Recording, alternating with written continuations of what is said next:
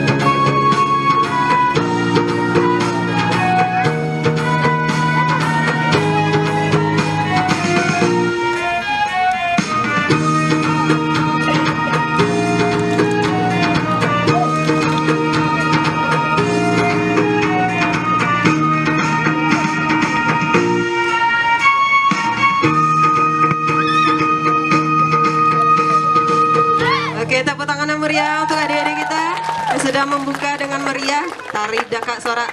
Selanjutnya kita langsung saja kepada pertunjukan inti kita pada malam hari ini, yaitu randai yang akan ditampilkan oleh Sanggar Seni Agung.